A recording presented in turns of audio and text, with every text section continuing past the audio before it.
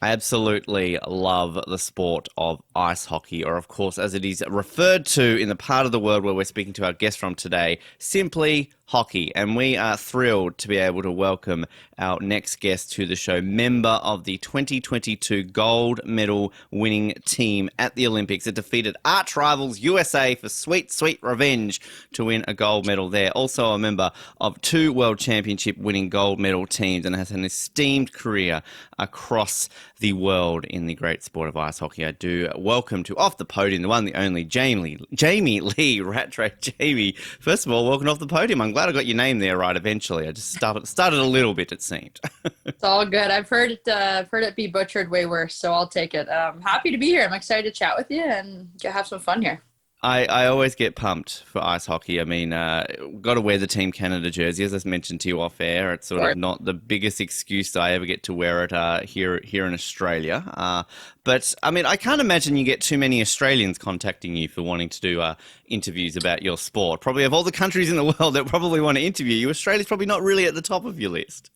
Yeah, no, not at all. But I love that. I mean, you guys are watching hockey or ice hockey, as you guys say, from all the way over there, and it's crazy. I mean, it's, that's kind of the goal, I think, in all is trying to get as many people as we can from all over the world liking our sport. And obviously it's very, unique to Canada and, it's our national sport here. So to have other people talking about it or even enjoying it is pretty awesome. I'm sure with the time difference, sometimes it's, probably morning games as opposed to night games. Maybe if you guys ever watch the NHL or things like that. But Hmm. yeah, it's awesome that I'll chat at hockey with anybody. Doesn't matter who it is. Good. That's what we like to hear. Yeah, NHL games generally, yeah, sort of late morning, lunchtime, sort of generally, you sort of get a bit used to it when you're following it a little bit. But I mean, I always love it. The story from Canadians hearing how they pick up the sport because I just assume that you're born, you've got skates on your feet, here's a stick, off you go. I mean, was it that simple? Was that the case of you were born, here's a stick, Jamie, you're playing hockey now? Well, my dad played, so he was a big player growing up. He, played junior. He grew up in the Toronto area, so in Ontario in Canada, and he grew up playing. And when I was a kid, I mean, my mom tells me this story. I'm not sure if I quite remember it, but I remember sort of, being at a tournament of his and, in Niagara Falls. And I turned to my mom and said, I want to play hockey just like my dad. And I might have been 3 years old. And the next year I was signed up for mini mites or whatever it was called back then. And yeah, that's how I got into it. And I, loved it ever since. I never put my stick down. Every chance I got, I was outside playing road hockey and on the pond or, I grew up in Ottawa, Ontario, which is it's pretty cold in the winter. So I was, one of my best friends growing up had a rink in their backyard, and every chance I got, I was on that rink, and didn't matter if it was -40 or, I was out there for hours. And now I think about that, I can't believe I used to do that. But, I grew up with it and, became a passion of mine and still is to this day. Not bad to have a rink in your friend's backyard. I mean, I can't imagine that's a common thing. That helps out a little bit with the sport. Yeah, well, it's pretty common to have backyard rinks here, in Canada. I mean, I think, especially, where it's colder, I think, a lot of people will just build one right in the backyard, get as flat a surface as they can and flood it. And hopefully, that's where I learned how to shoot, where I learned how to just have some fun and love the game. And, I took a lot of shots in my driveway as well. And I can't believe I didn't break any windows, but for some reason I love doing that. And that's how I learned how to play. I just kind of just wanted to be doing it as much as I could. I've got to ask then, growing up in Ontario, Toronto or Ottawa, I mean, I think your parents live not far from where the Senators play, right? So I don't know if Yeah. that helped your decision a little bit. Yeah, for sure. We literally my parents still live 5 minutes from where the Suns play. So, we used to go to games all the time growing up. And I've lived in Toronto now the last 8 or 9 years. And, I've kind of made a home here. But, my parents are still there, and that's where I grew up and learned how to love it. And it was nice being so close to the rink. And, even when I got into, university and stuff, I was old enough to, ride my bike down there, and I trained there in the summers. And I learned how to drive a car in that big parking lot and learned how to do a lot of things there. So it was nice having that rink there. Works out well. Growing up, did you play many other sports as well? Typical child, just trying hands at different sports, or was it always sort of hockey and just other things weren't as important?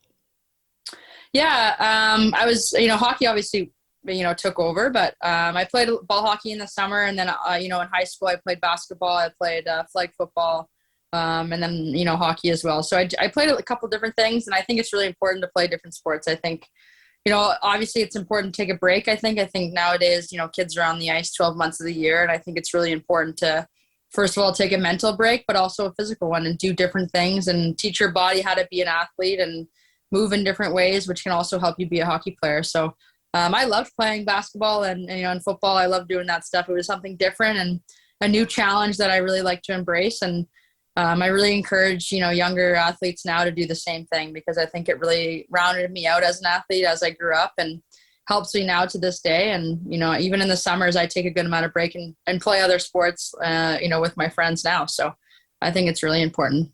Was there aspirations when you were younger for the Olympics or to be a professional athlete, or was this something that sort of developed the further you progressed in your hockey career?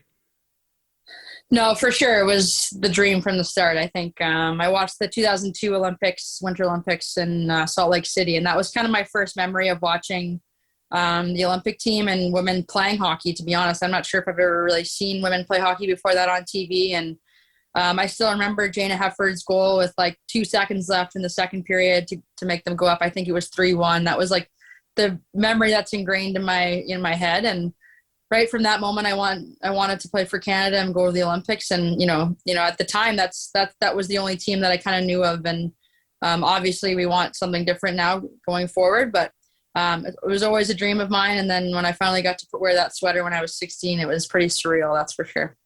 And the pathway, obviously, I mean, it's much different today for young girls in hockey than it would have been for you. We had Sammy Jo Small on a while ago, and she talked at length about sort of when she grew up, sort of her pathway to get onto the team. But when you sort of started making that progression going forward, were there more women teams than, say, 5 years ago? Like, how was that sort of development of female hockey in Canada at that period when you were making your way through the ranks?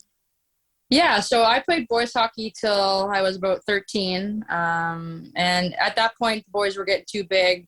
They were going into their draft years, into, the junior ranks. And I felt it was time for me to move over to girls hockey and, make that transition. And at that time, I think, women's hockey was still growing. I mean, it still is to this day, but I think now a lot of girls will start out in girls hockey and play, the coaching is better, the development is better. And I really do believe when playing boys helped me. I think it taught me a lot of things, learned how to take body contact, how to give body contact, that kind of stuff. But when I made the transition to girls, it was a lot of fun. I finally got to be in the dressing room with everybody and, kind of feel more a part of the team. And, once I made that transition, it was a lot of fun. And I found, got the chance to go, try out for the U18 team and the national team then. And that's kind of when the ball started to roll. And that first email I remember getting from the national team, asking me to be a part of a small tryout camp. And I just remember it being so surreal and not knowing, what to expect or going into with my eyes wide open. And it was definitely really cool to think back on that moment. I still remember when my mom told me, I don't even think, at that time I had my own email. I think it probably went to my mom's email. So definitely really cool to have that moment. And I do believe now, I do a lot of coaching in Toronto area, and the hockey is so good. The development and the coaching has come such a long way that, girls can start playing, girls hockey right from the beginning if they want to, right? And I think it's really, really great to see, and I love being a part of it for sure. Because when I lived in Canada, the thing that was amazing to me was just that progression that you saw from young players. And I was only involved in boys hockey, so I didn't really see it from the female side of things. But even working with a junior B team and just the structure and everything that comes from that, it was incredible. Because even in Australia with our sports that obviously aren't hockey, but, our sort of major sports, you don't really have that level of structure where you kind of see that, progression from such a young age to where the ultimate goal is NHL, Olympics and everything along those lines. Yeah. So is that sort of through the school that you're doing, helping that out with young girls now to really kind of keep that balance? So we don't obviously probably want girls playing with the boys anymore. You want a program enough where it's all girls hockey and that's where they're going to learn it from. Yeah, of course. I think that's the biggest thing, is you want to be able to develop the female part of the game. And, I'm pretty fortunate that I get to work with several, different teams and athletes over the year. And I think the best thing that I enjoy most about what I get to do with my hockey school is just seeing how how much better the girls get over the season. I get to work with them every single week, once a week, and you just see them, wanting to learn and then getting better as the year goes on, which is really, really cool to see. And it just shows that, the coaching is there and the girls want to learn and play. And, obviously we want to make sure that it just eventually becomes, a streamline to a professional league, right? Where women, we have a bigger goal, and it's not just the Olympic team. You have bigger things to look forward to, and we can make a living and make a career out of it. And, I've been very fortunate over my career that I have been able to do that. And I want to make sure that by the time I leave the game, that it's in a better place, and that the girls that I'm coaching maybe on Monday nights this next year are going to be able to have a professional league to look forward to when they graduate. So I think we're getting there, and I think it's pretty fun to be a part of kind of both sides, being a coach, but also a player that's trying to grow the game as well. So it's really kind of cool to see both sides of it. And on that level of exposure, how important is something as little as getting women's players in a video game? We saw that obviously in the last year that NHL 22, I believe, had a downloadable roster for the women's teams. And now in NHL 23, they're there from the beginning. I think Sarah's on the cover, if I'm not mistaken, as well. So how important is that to have that level of exposure in something as simple as a video game? It's huge, right? You think about, the people that buy these games every single year, now they're going to buy it, because they want the next game. And now Sarah Nurse is going to be on the cover, and they're going to be like, oh, who's, maybe if they don't know who Sarah Nurse is, maybe they're like, oh, okay, who is she? Maybe I can play her in the game and learn more about our game. And I definitely didn't think I'd ever be in a video game growing up. I think that's probably the coolest you're in it? thing. Are you in it? You are in the video game? I am in it, yeah. So basically the world's roster, whatever roster we have that year, gets uploaded onto the game. So I've been fortunate enough to make some of those rosters and be a part of it. And what a cool thing. And you know what, maybe a little boy who's playing that game, maybe he wants to be, the women's Olympic team, who knows? And he plays and he learns more, and maybe he wants to turn on the TV one time when we have a game and watch us. So maybe even if it only hits one or two people, I think it's huge, but the reach that this has is so cool. And I was so happy to see Sarah get on the cover. What a cool thing. And what a history making, thing. And, someone who I've, been able to play alongside the last couple of years. It's been pretty cool to see, the recognition she's gotten, because she deserves every single bit of it. And, I think it was a really cool thing when they came out with that. And, if it, like I said, if it hits one or two people or maybe thousands of people, I think it's really, really important. And again, exposure is the biggest thing that we can use, and visibility, that's the biggest thing, right? So I think it's really important. Did you go and get a copy of it and have a go and just see what it's like to play yourself in a video game? I do have it. I like to play video games. I'm a big Call of Duty player, but I do play the NHL 22 once in a while with try and score some goals for myself, because sometimes I don't do it on the ice, so I got to do it in the video game. Gotta get that out there. And then plus, say, like, those games against the USA are always so close. If you just want to have a blowout, 20-0, put this difficulty on easy, right? This is how it should be. Yeah, make myself feel better. So yeah, no, I think it's really cool. I mean, I definitely never thought in my career as a kid growing up that I'd be in a video game. So it's definitely very cool. That email, you get that call up to the national team. I mean, we always sort of ask about the feelings of the Olympics and getting that kit, and we'll get to that obviously. But just at that point, when you make your very first Canada team, when you get that first jersey, be it some sweats, some other clothes, things like that, is that sort of the moment it hits you when you start to get those physical clothes, or is it maybe when you arrive at the building and you're surrounded by other girls in the similar position for you that, wow, this is real, this is really happening?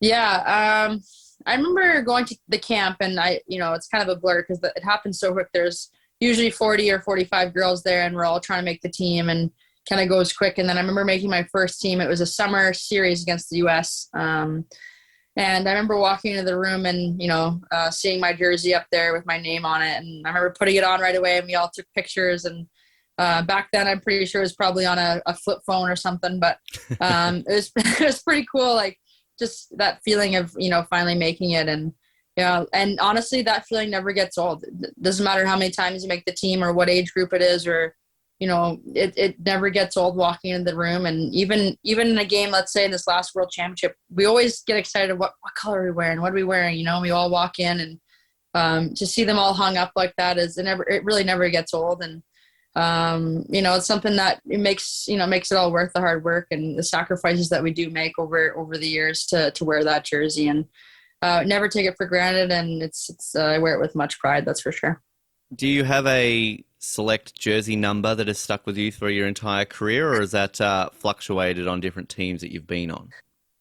Well, I was a big Mary Lemieux fan growing up, so I wore 66 when I was in junior, and then when I moved over to Clarkson University, when I played at school, I wore 26 because we weren't allowed to have high numbers there. And then, so when I actually first time I made the senior national team, I was given number 7, which actually was worn by my good friend Sherry Piper, who I felt very honored to actually wear that number. And, obviously as a rookie on the national team, you take whatever number you can get. You never, Yes. doesn't matter what's on the back. And so I wore that number for a couple of years. And then when I got released, one of the other girls wanted 7, so she took 7. And then when I made the team again, I was just given a number, and I was given number 47. And that's kind of stuck with me over the last couple of years. And kind of a cool story about 47 is when I got released in 2018, there was a fortune that I must have had Chinese food probably recently after. And I'd kept a fortune that said, your hard work will soon pay off. And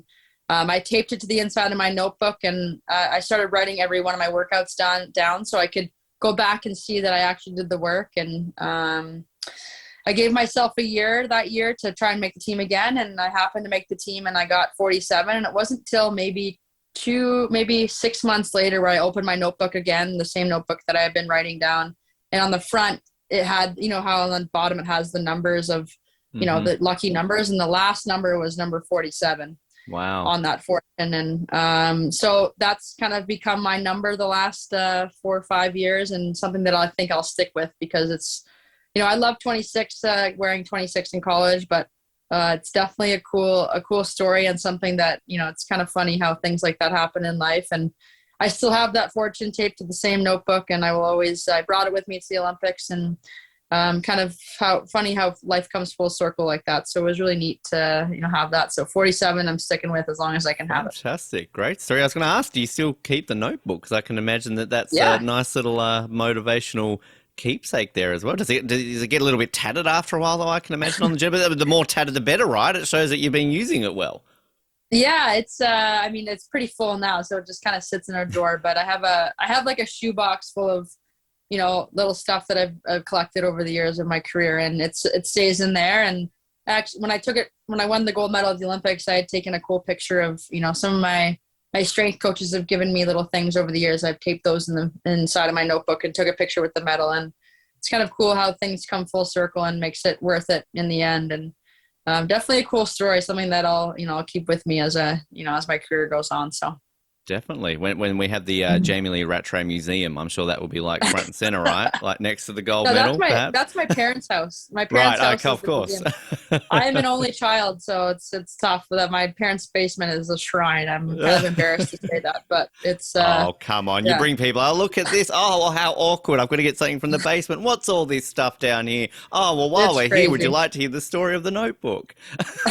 Yeah, only child syndrome, that's for sure. But no, it's good. You mentioned college. Now, did okay at Clarkson University. Patty Kysmar Award, the NCAA's top female hockey player, left Clarkson as the all-time leader in points. Not bad. Just a few of the recognitions there as well. I mean, what's that experience like going to that part of the world, that part of the US to play, and kind of was women's hockey when you went to America versus Canada? I mean, you think hockey, you think Canada, but America does all right when it comes to their college system and everything there when it comes to their sport. Yeah. So how was that whole experience? And I bet you don't go into that thinking you're going to leave with all those honors when you eventually do leave Clarkson. No, that's for sure.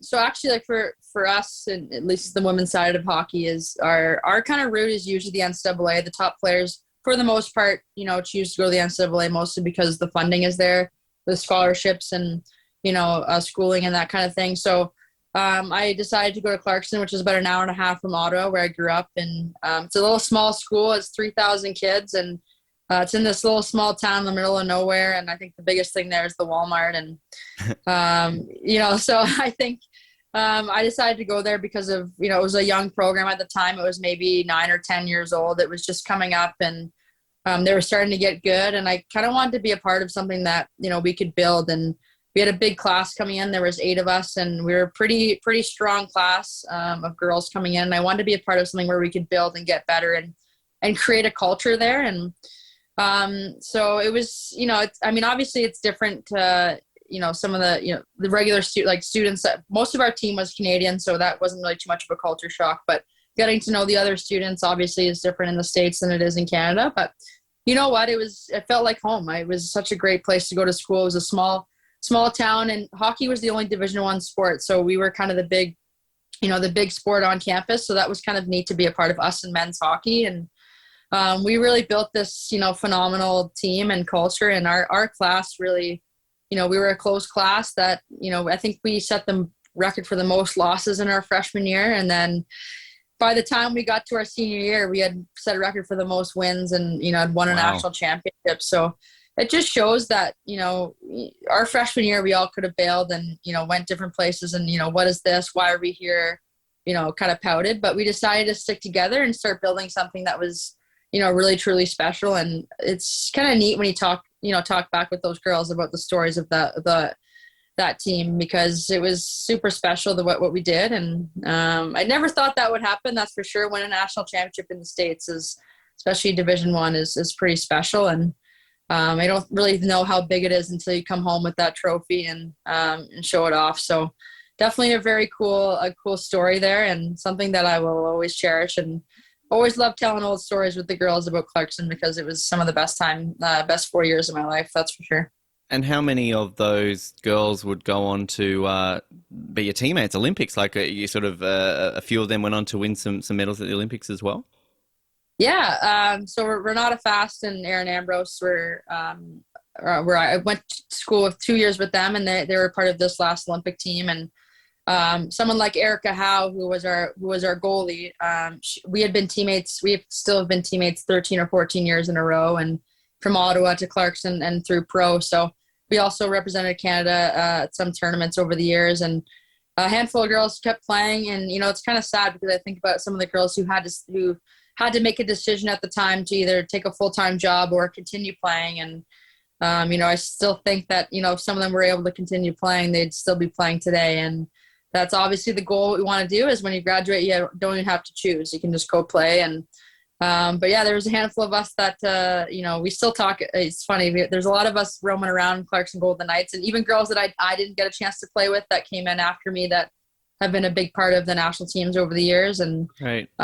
It's pretty cool to see as an older player that had graduated almost 8 or 9 years ago now from Clarkson, and seeing the program doing so well. And girls now, when they're graduating or at the end of their career at Clarkson, they're now making national teams. I think it just shows the work that was done with that program. And obviously not just us, but also the coaching staff and just the program in general. I think it's really special. And, I love going back there and seeing, how good they're doing in right now. So it's really fun. Good to see. One thing before get back to the Olympic side of things, the CWHL, I don't think we've really talked to any of our guests on the show about that, because obviously you mentioned before about this goal. We want to get a professional league back in Canada, but what was that whole experience like? And I mean, was it disappointing when that all kind of didn't happen anymore? Because I mean, it seemed like a great competition. It seemed like it was, exciting and fun, but I mean, it's obviously disappointing that it would no longer exist, but I mean, obviously a unique experience. It was awesome. I remember graduating and going into the CW, and it's a tough transition, right? You think being in college, you play at a very high level, but once you get to pro, it's all the girls are the best out of college, right? They're all playing at the next level, and you kind of had to learn. It was a professional league, and it was incredible, the level of hockey, but we were also pushing for that structure of being professional outside of hockey, right? So having the facilities, having everything in place. And as a player coming out of college, you had to learn how to, train on your own, how to do everything kind of more on your own and structure your own schedule that makes you perform at your best. And that was something that I needed to learn. And obviously with the CWHL, the level of hockey was phenomenal. And, the work that was done over those years by some of the players that started it was pretty amazing. And obviously when it folded, we kind of didn't really know what to do because a lot of us, at that time I had played 6 years pro at that time in the CWHL. And when everything kind of folded, it was kind of like, oh no, what next, right? We didn't really know what was going to happen or where we were going to play, or we had kind of built this thing that, was a lot of fun. And we had all these rivalries and teams and players that all of a sudden what was going to happen. So I remember we had some great hockey in that league. It's, sometimes when I think back on it, it was a ton of fun, and the rivalries that were made in those and the championships that were won. And it was a pretty special league. And obviously when it all came to an end, it was kind of shocking, to be honest. How close are we, Jamie, from getting something back up and running then, another professional league back up in Canada? I believe we're close. I think, we've done a lot of work with the PWHPA, and we're continuing to grow this game and put the visibility that it needs. And I truly believe that we're very close. And I always say that there's too many great people in this game for it not to work. And, maybe if it, all I want is the girls that are graduating in 4 or 5 years to not have to choose if they need to play hockey or not. I think when they graduate, they can have, they can go, oh, I want to play hockey. I can make a livable wage and have benefits and all those things and not have to worry about a thing. And I truly believe that will be there once that happens. And what a cool story it'll be when I retire. And, I think about, the 200 plus players that have been a part of this for almost 4 years now that have put in so much work to try and build this thing. And it'll be really cool when I retire and say, hey, I was a part of that movement. And, whether or not it benefits, me for a couple of years or no years, it doesn't really matter to me as long as I was a part of it. And as long as we're growing the game, that's all that really matters. And then perhaps you could be a coach, an owner. There's a potential for the extra bit of post-retirement Jamie in just a little bit of a different capacity, right? Yeah, for sure. I would love that. I think that would be kind of cool to be a part of, maybe building it and getting it there, and then maybe being on the other side for sure. You made your World Championship debut in 2015. Now, going sort of through from the junior ranks into the senior team, do you remember that sort of initial World Champ experience? Obviously not leaving with the medal colour you wanted at the end of it, putting that aside, but just everything else kind of that came with that and kind of what that feeling was like to be at that level of hockey at that stage?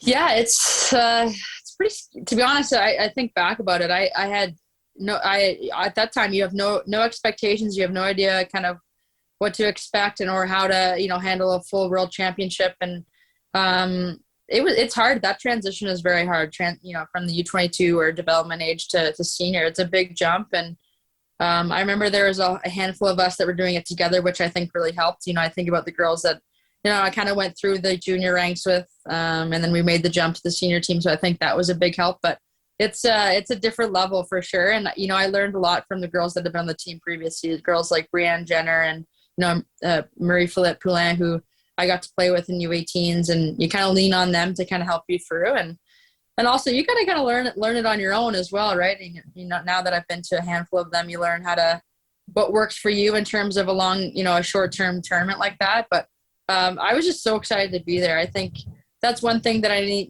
wanted to take away is just be excited to be there, but also learn how to be there. I think take it from your teammates. And obviously, like you said, the medal wasn't the color we wanted, but I was just so happy to be there and be a part of that team. And, first Worlds is a very big deal on the senior team. And, it was pretty surreal being there. That's for sure. Because it's that camaraderie, isn't it? I read in an article that you wrote talking about sort of that importance of acceptance and everything on the team and everybody getting along. And you're there at your very first World Champs, and fast forward 7 years later to your, latest World Championships, where you're probably doing that with some of the young girls who are coming onto their first team. So it's like a paying it forward model to kind of keep that team camaraderie and spirit alive, I can imagine. Yeah, it's honestly, that's... I think about my first time on the senior team. I was kind of just like a little kid, scared. You don't want to step on anyone's toes. You don't want to, make any of the older girls upset, things like that. But honestly, I think now that I'm an older player, I want to make sure the girls that come in they can just be themselves. And that's the culture we've created with this team now, is that you can come in and be exactly who you are and not be worried about anything else. Just do whatever you need to do to perform at your best. And we are going to accept you and make sure that this environment is comfortable. And I think that's something that, I'm really proud to be a part of, is that culture. And something that I truly believe has been a really big ingredient to our wins. The last 3 wins has been our culture. And obviously, we have some pretty great hockey players out there, but I think culture can go a long way. And if everyone's comfortable in their own skin and comfortable to be themselves in the dressing room, then you can perform at your best. That's how I perform at my best, whether I'm with the national team or in the gym at home. I think it's really important if you're just comfortable and knowing what your environment needs to be. And it's such a cool thing to be a part of, and it just makes it a lot more fun to go to the rink every single day. I love, in the same article that I just mentioned, I love your story that you talk about when the disappointment came from 2017, 2018, not making the Olympic team, and then turning that around into what eventually would come with a gold medal come 2022. What was it about those moments that really helped flick a switch? Because some people face a situation like that. They put so much hard work and effort into it. You don't make an Olympic team and that's it. You think, well, what's the point of this? I tried my butt off, but this isn't going to happen. What was there a moment where you kind of just put that aside and thought, no, this isn't over? I mean, you mentioned about your notebook, your fortune cookie, all that sort of stuff, but I can imagine there was a lot more of that kind of took you from disappointment to ultimately Olympic glory. Yeah, that's a good question. I mean, I remember taking a couple of days. I was pretty upset. I think I didn't really know what to do next. I think that was, you put so much effort into something, you didn't really know what my next step was. And I remember probably a week or two later, just being like, you know what can I change in my game, or what can I do differently to make this team right there? I knew that year, the 2017 year, like you're talking about, prior to the Olympics, I had put so much pressure on myself to try and make that team that I wasn't having fun anymore. I think that was the biggest thing for me, is learning how to love the game again and learning how to enjoy it. And that kind of sparked me to kind of just change where I was training, change kind of my routine a little bit. Not that I was not doing, working hard and doing the things before. I just needed a little bit of a change. And honestly, that sparked, a little bit of more, interest and not interest, but, motivation to just, I'm going to give myself 1 year.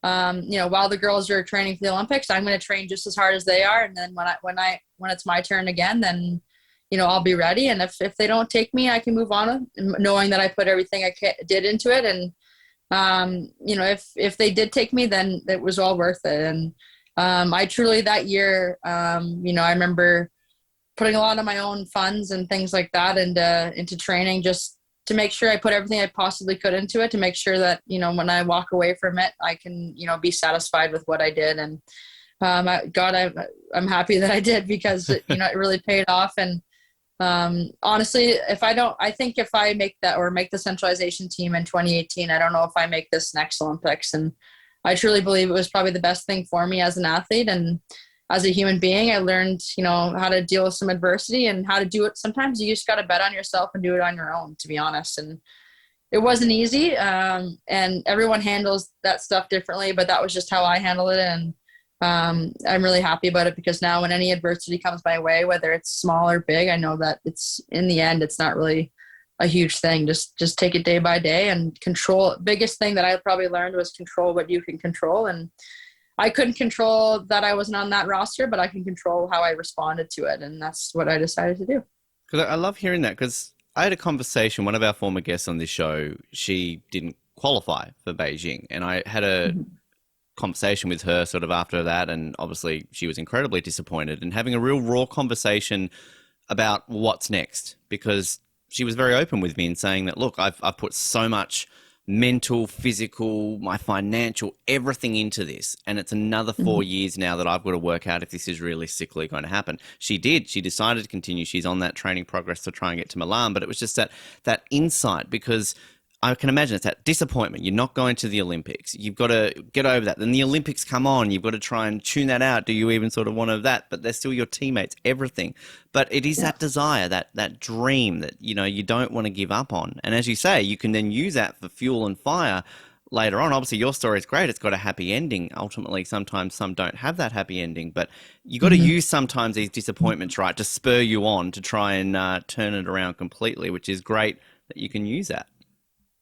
Yeah, honestly, I think, I think the biggest thing for me was, you can't really blame anybody else, right? You just got to look at what you can control and what can I change in my game. And honestly, I had to change a lot, I think on ice, but off ice too. I needed to do a lot of different things, maybe just change it up a bit and learn how to play a different way, learn how to, play a role that's going to get me on that team. And, that role can change every single year or every single tournament. It's never going to be the same. It's, that's sports, that's life. And I think that's what makes our sport so exciting is that, at any given time, especially in the national team, I mean, everyone's such, separated by, this much that at any given time, anyone can step up and be the hero or play a different role. And, that's something really cool about what I, try to do is just try to, control what I can. And whether it's in the game or in my training, I think that's the biggest thing. And obviously,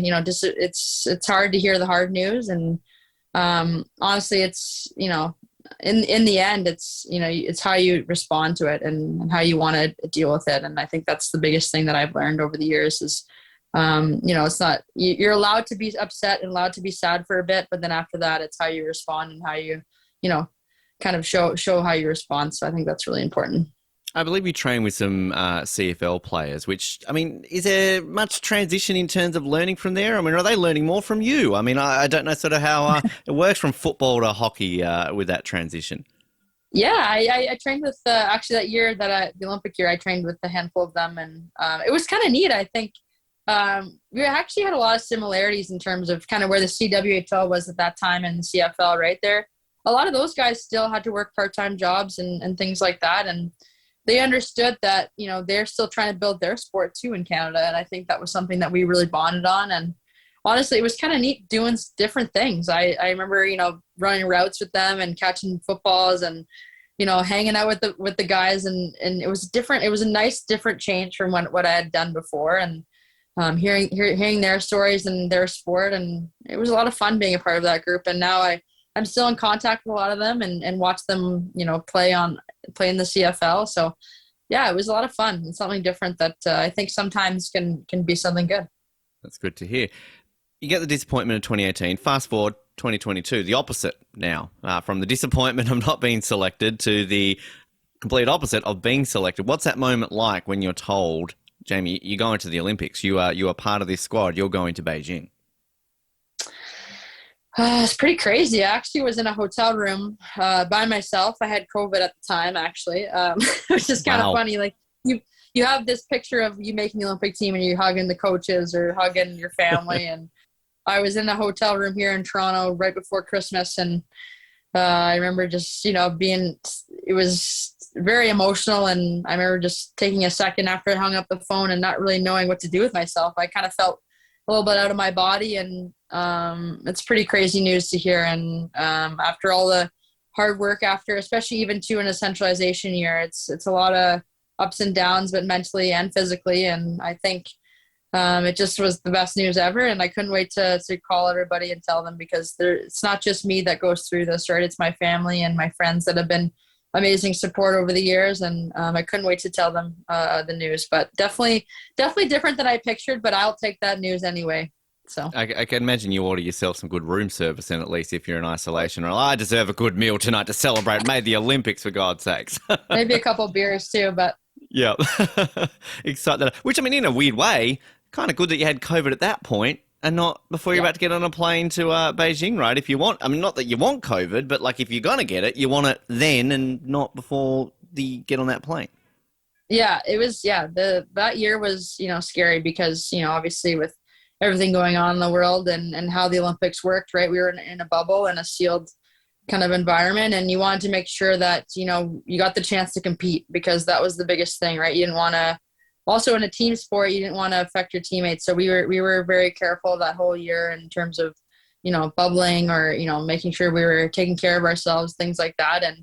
And honestly, our doc on our team was our savior, because she did so much work in terms of keeping us safe and making sure we went to the Olympics safe. And honestly, like you said, I mean, obviously you don't want to, catch it, but I think in terms of the timing, it was fine. And just happy that, I was still able to go and compete. We always love the Olympic experiences outside of competing, which I'll get to in just a moment. But I mean, for you, like life in Beijing, I mean, seeing the rings, kind of getting the uniforms, things like that. I mean, do you get involved in pin trading? I mean, things like that to kind of really soak in the outside of competition aspect of the Olympics? Yeah, it's a crazy world. I obviously this that was my first Olympics, and it's hard to explain. The feeling in the Olympic Village is kind of this buzz about it that it's unless you're in it, it's really hard to explain, right? Everyone's kind of in their gear and walking around in their colors, and everyone's so excited to be there, right? Doesn't matter what sport you play, you're kind of in the same energy because everyone's there, to compete. And I remember.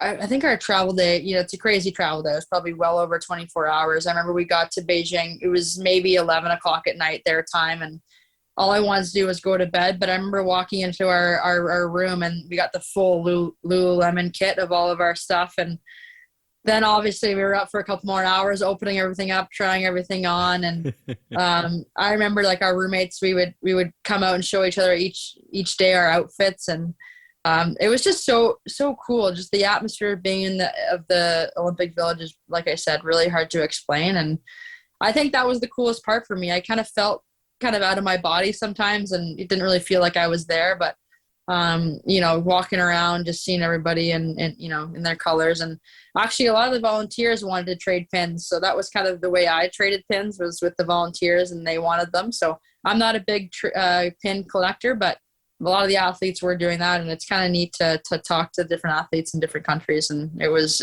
so fun. I love hearing just the uniqueness of that and how some people really get into it and some people don't. And then there's always the pins that everybody wants, and then sometimes you've got pins that everybody wants and things like that. Did you get swept up in the Bing Duen Duen craze? Obviously, you ultimately got one on the podium, but I mean, was this something that you got to Beijing, got a Bing Duen Duen, and then they sold out, or were you like, shit, I should have got one at the beginning? Why did I not get one then? They were great. They were flying off the shelves. Like you were like in the village, you couldn't get a hold of them.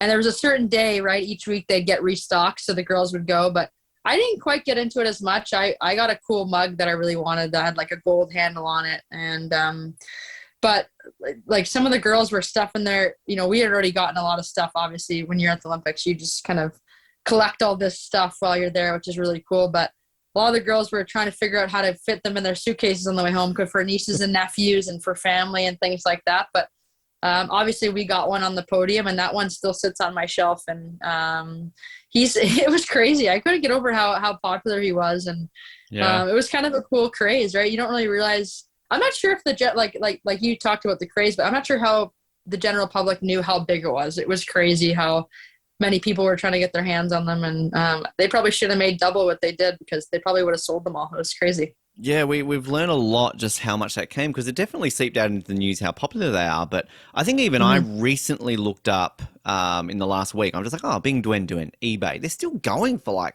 $400-500. And at time of recording this, we're like 7 months removed from the Olympics. So it's it's insane to think. I'm saying this right now. Should Vancouver get the Olympics in 2030?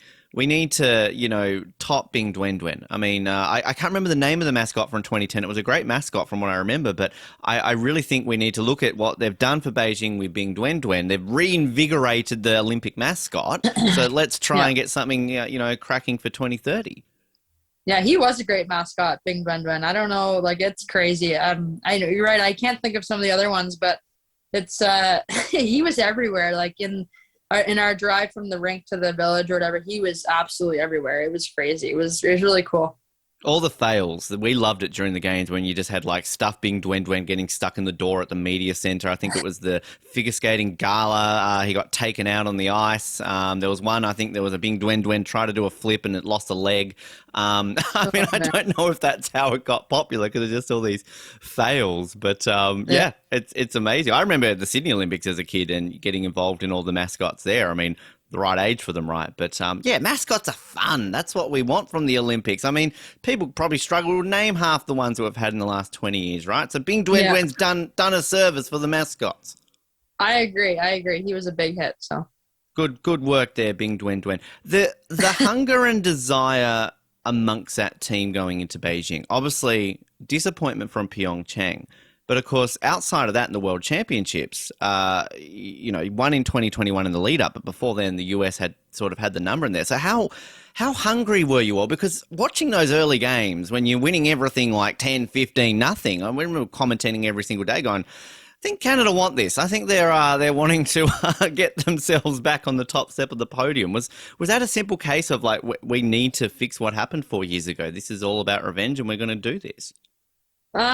I'm not sure, like, to be honest, I'm not sure if revenge was kind of what it was. To be honest, we had built this machine of a team that, like I said, our culture was, kind of unbreakable the way we had built that team the whole year. It started with the World Championship. We had just, started playing the right way and for each other. And I give a lot of credit to our coaching staff, and that's Troy Ryan. His vision for our team has been phenomenal. And, he really trusts in what we're trying to do and as players, but it's a two-way street. And he learns from us, we learn from him. And I think that's something that we've really been able to build. And honestly, I've never been a part of a team that good ever. It was, obviously you have the best players in Canada and most of them in the world, but the way we were playing together, but also on the same page, I think that's the biggest thing, is that we were just coming in waves that I've never seen before. And, when you start, kind of connecting like that, it was from the goalies to the D to the forwards, everyone was connected in a way that I've never seen before. And we just started that tournament, and I don't think anyone was ever going to stop us. And we had that confidence I remember going into, the final being like, there is no way in hell we're going to lose this. I just had so much confidence in the girls. And, being a part of on that bench, I remember just, obviously I was probably the most nervous I've ever been, but there was this, quiet confidence about the group that we were going to get it done. And because we were just playing at such a high level that, something that I've never been a part of, and something that who knows if I'll ever be a part again. It was pretty cool to be on that team. And you look at the numbers, right? We set so many records that tournament, and team records and individual records, right? Just because we were playing at such a high level. And, it was really cool. It was really cool to be a part of. And I truly believe it starts with the culture in the dressing room, and then it goes from there. And the hockey follows suit when you just have so many good players. So I think the one that really, to me, when I'm watching it, go, okay, I think that they're onto something here. You're up against Finland, a side that 3 years prior knocked you off in the semis at the World Championships, and you walk away with an 11-1 victory. It's kind of like, okay, this something's going on. And then even in the first game against the US, because generally every game against the US is generally going to go to overtime, or it's going to be decided by one goal. When you're up by like more than one goal in a game against the USA, it's like, okay, well, Canada might be onto something here. So, I think from that outside perspective, it was just so unique to watch, and to hear that, what you were just mentioning about that going in there, it even adds to that a little bit more. Yeah, like you said about Finland, obviously they are a strong team, and they've built quite a good team, over the years. And obviously in 2019 they beat us, and you know what, they outplayed us that game. I remember we were in Finland that game in 2019. It was so loud in that rink. I remember they scored, and I could not even hear myself think. It was probably the loudest building I've ever been a part of. And and then, like you said, going to the Olympics and we beat them 11-1, that, I don't know if we've ever scored 11 goals against Finland, at least not in my tenure. And again, to play a team like that and just, again, come in waves, and we're scoring in so many different ways. Everybody's scoring, not just, scoring's coming from everywhere. That you're playing well. And, that was a big statement for us. And then also, obviously, playing the U.S. in the preliminaries, I think, we play them every time in the preliminaries, and I think that sets the tone for obviously the rest of the tournament. And for us, they're our biggest rivals, and we always want to beat them. Doesn't matter if it's exhibition or preliminary or whatever. I think, that set a tone for us too. And it's good as a team, with your confidence as you go through. If you can beat them in preliminaries, usually, you have some confidence going into the playoff round. So. Obviously 2 big wins for us, and, something that you look back on now, then you can say they're probably a big stepping stone as to why we won. I like to say the rivalry between USA and Canada and women's hockey is up there with the top in the world. Maybe the best, just in terms of the fact that it is always so close. We talk about global sporting rivalries on any different sport, but name a sport where the rivalry is that close and that you always know it's generally going to be decided by a goal or two, which I can imagine every time you suit up against them, it's just anger and hatred. It's hockey. You want to get involved. Is it a case of it's that way on the ice and that you like these girls off the ice? Or do you feel the same way off the ice? Like, those damn Americans, screw you guys. I'm not having a beer with you after the game, no matter what the score is.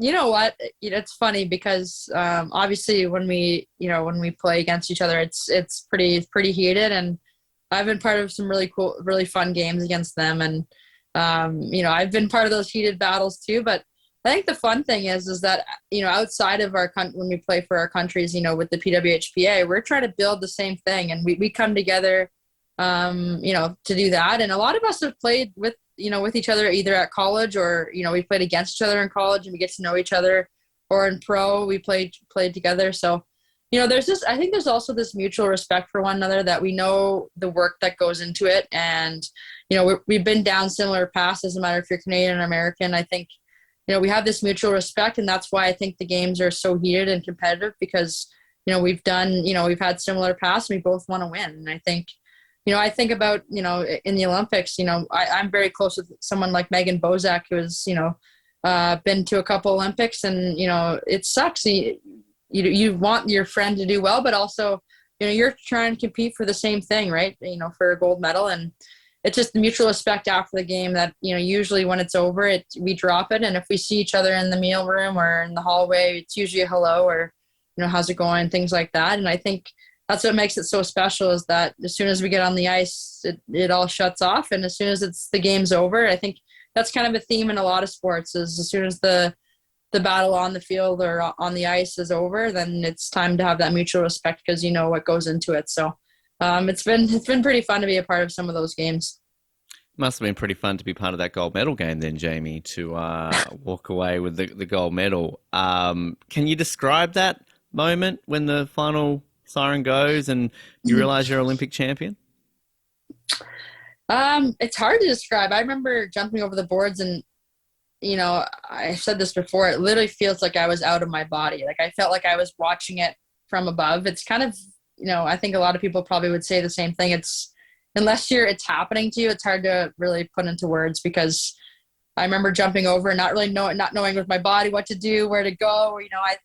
I threw my gloves off, and it's so quick. I just remember wanting to be the first one on that pile. And to be honest, I'm not sure if it really sunk in until I came home probably a week or two later, when I was showing, whether it was, my family or, girls that I coached the medal. I think that's when it finally sinks in that, you did it. I think, you get the time with the girls after to celebrate and, do that stuff, but it doesn't really sink in until you come home and share it with the people that matter most. And I think even to this day, when I hand the medal to someone and they say, "Oh, it's so heavy," or, things like that, that's when it kind of sinks in more that it did happen. And, sometimes I see videos or pictures from the Olympics and I still can't believe that I was there. So when you work so hard and, for such a long time at something and it finally comes true, it's hard to know how to react or what to do, because you've been chasing it for so long. But definitely a special moment, and one that I was glad to share with a great group of girls.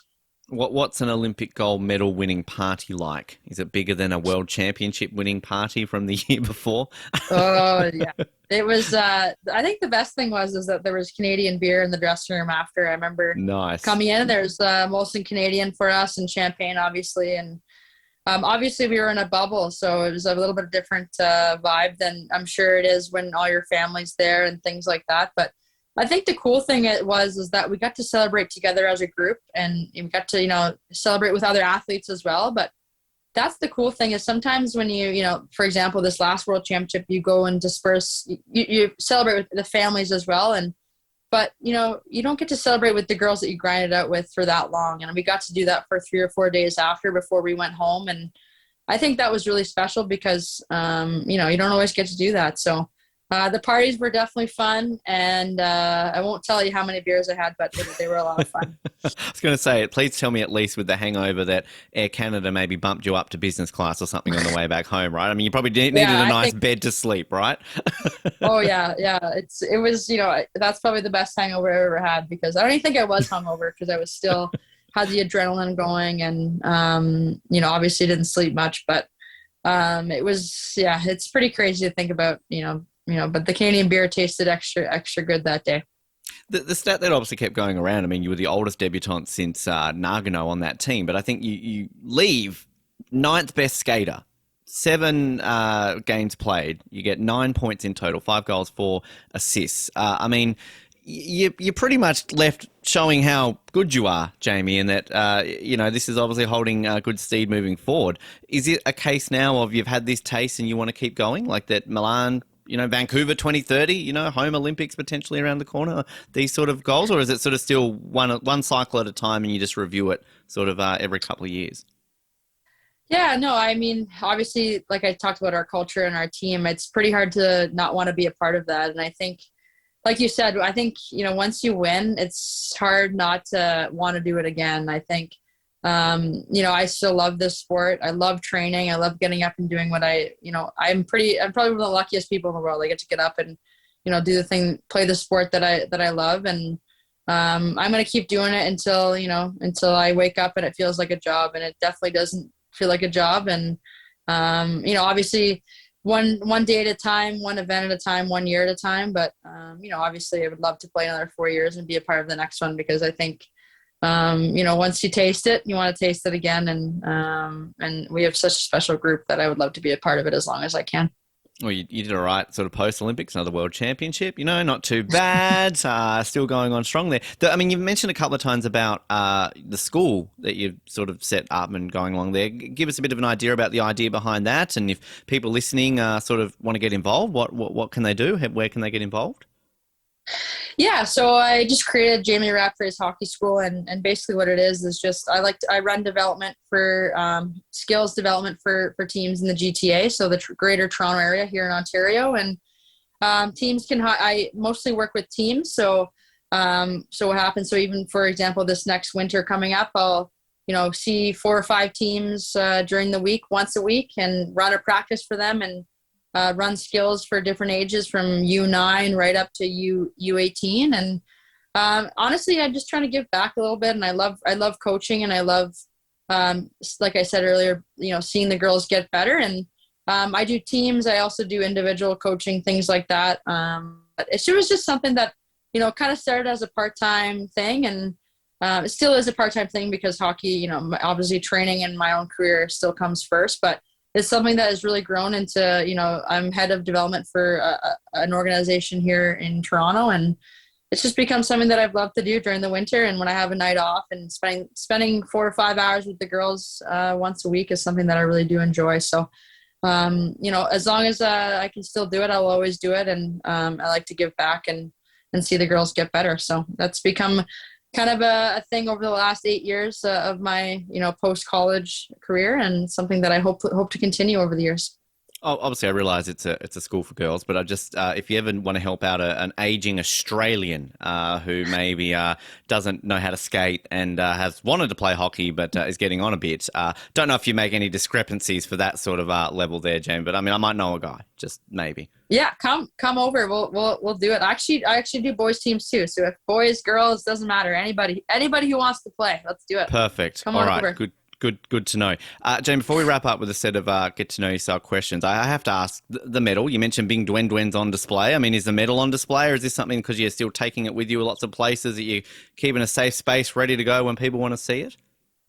Yeah, well, it's on display with Bing Dwen Dwen right now, and it's in a nice box that when I take it, I put in a little mitt, and so most of the girls keep it in a mitt or a sock just because it's easy to carry around. And if you drop it or gets thrown around in a bag, it doesn't get dinged. But yeah, right now it's on display, and I think it should be for a little bit. I think that's something to be proud of, and it's a nice reminder when I see it every day to keep working hard. Maybe I can get another one.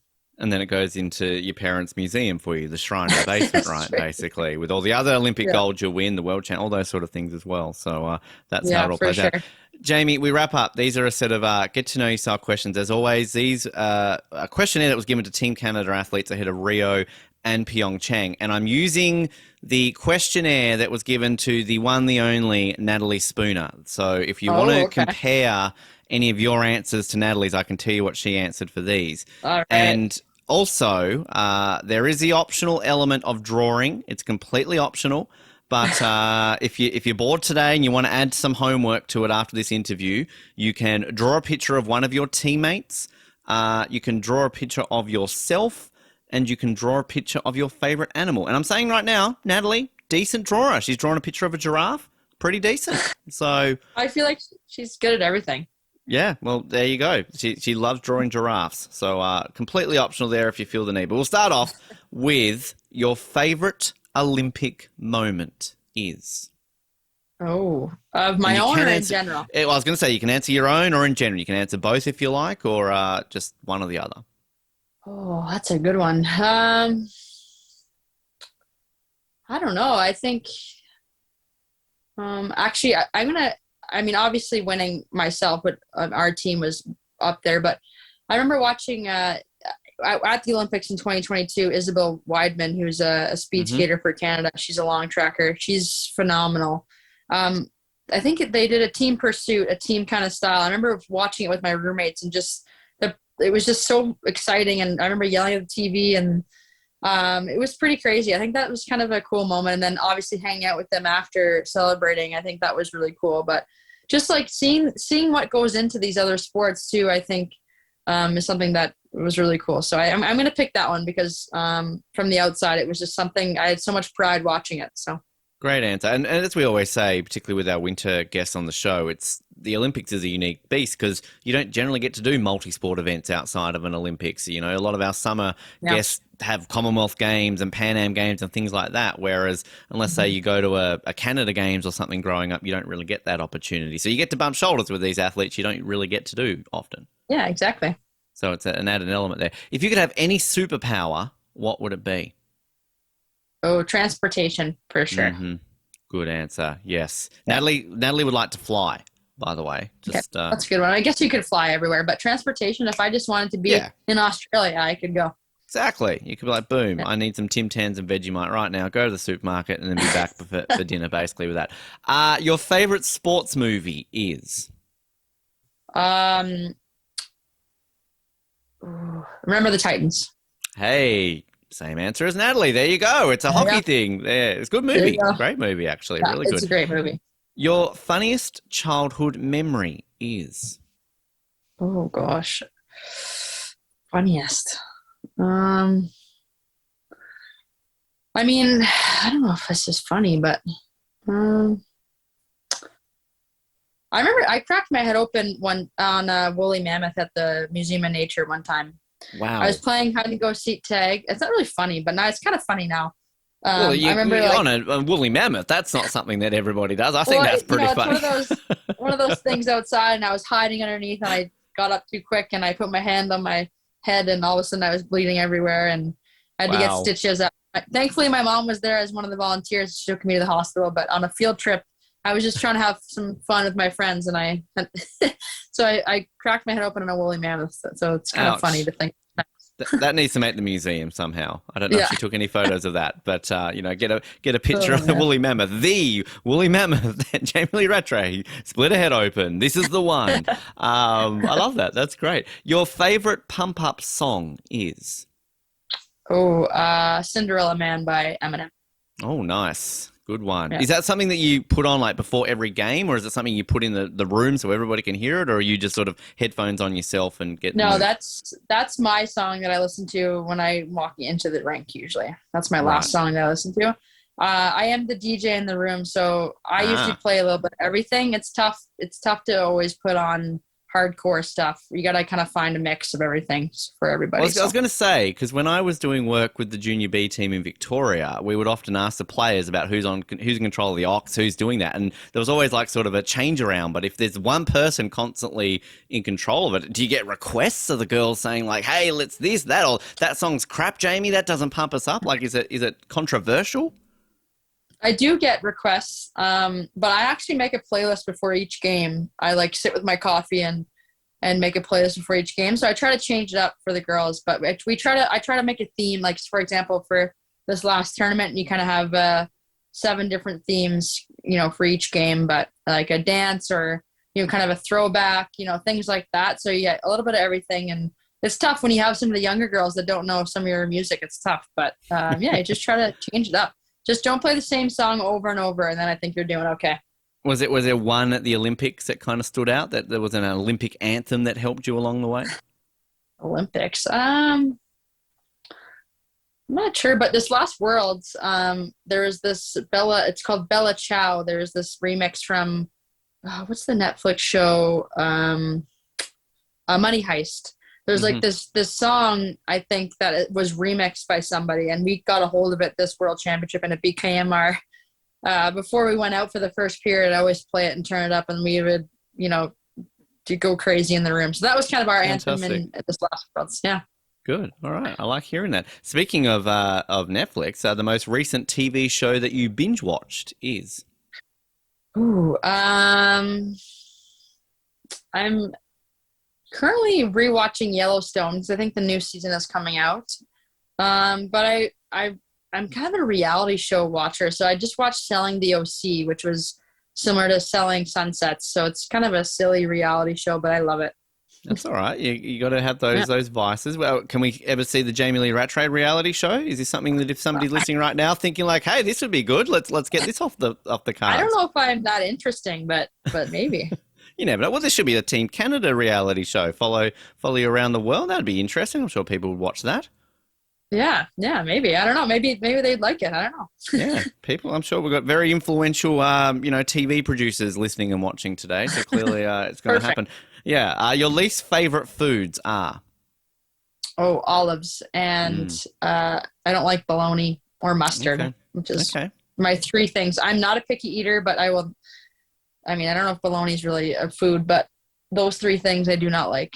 All right, we'll avoid those. Next time you're out to lunch. Your favorite chip flavor is? Oh, salt and vinegar, but Ruffles. The Ruffles salt and vinegar. I love Miss Vicky's salt and vinegar but the Ruffles, the flavor gets caught in between the grooves. It's so good.